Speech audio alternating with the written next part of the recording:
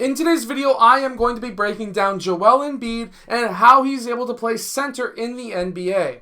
If you're looking to become a better center, this is definitely a video that's going to be able to help you because Joel Embiid is able to play multiple different areas of the court, the high post, the three-point line, as well as being a low post scorer. He's a 3-level scorer and he's not a bad defender either. So let's get down and let's check out Joel Embiid. Really quickly, if you want to be able to shoot the basketball better, make sure to go check out the shooting workout that is down in the description below. Okay, so first off, here he gets the ball in the mid-post and he does a quick fake pass towards the middle of the key. This allows him to be able to square up and face the basket, and then he does a quick fake towards that left side, and then he's able to then pull up for that mid-range shot. Being able to pull up for a mid-range shot while posting up a man is a very beneficial move, especially when you're well over 7 feet tall. He also has a high release and a high set point, which allows him to be able to get that shot off quick, easily against that defender.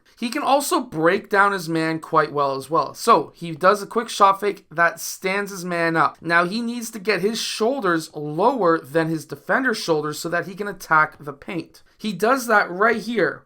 This gets the man back, or the defender back, onto his heels so that now he's created that space right there. That gap is what allows Joel Embiid to be able to pull up for that shot. Now, does he need this hesitation? No, he could have easily went up for that shot, and if he was to do that, he would have had an even larger gap between his man and himself. That hesitation was not needed, but he was still able to get that shot off. Now, if you're a big man and you know that the play is going to be for yourself in the low post, being able to post up right in the middle of the key, remember you only have 3 seconds. You need to get yourself big, and you need to be aggressive. You can't just allow this man to push you and keep you away from the key. You have to say, this is my spot and I'm going to take it.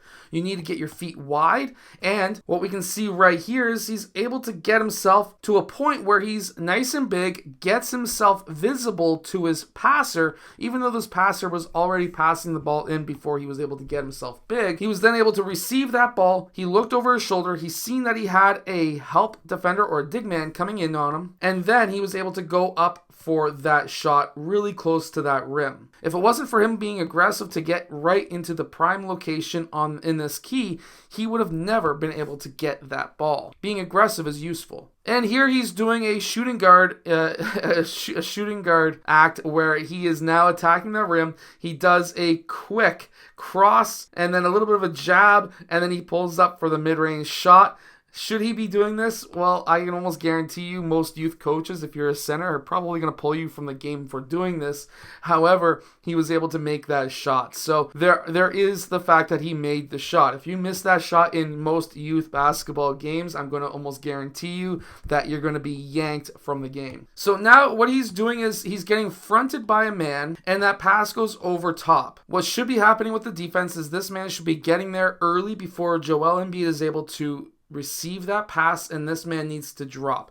That's what needs to happen. He needs to drop as well so that this man covers these 2 guys and then this man covers these 2 guys. That way, this pass doesn't happen. That's how the defense should be playing this.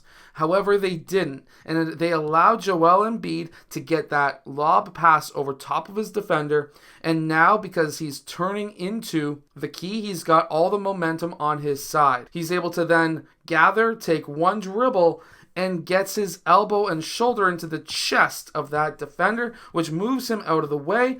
That man is now dead. He doesn't matter. He doesn't exist because he's underneath the basket. There's nothing he can do. So Joel Embiid can just go right up for the shot, and basically it's an uncontested layup. Also, being able to set a screen and roll to the basket and know to catch that ball and being able to go straight up for the shot as soon as you catch it is very important. Being able to shoot off the catch, especially with that little bit of room between himself and his defender, shows that he's got confidence that he's going to make that shot. But we as centers, especially if we're setting those screen and rolls on our guards, we need to be able to hit these shots from the high post. Now, I really like this play because here they're setting a pin down screen, they're getting that pass over towards that wing, and then they can pass into Joel Embiid. However, what does Joel Embiid do?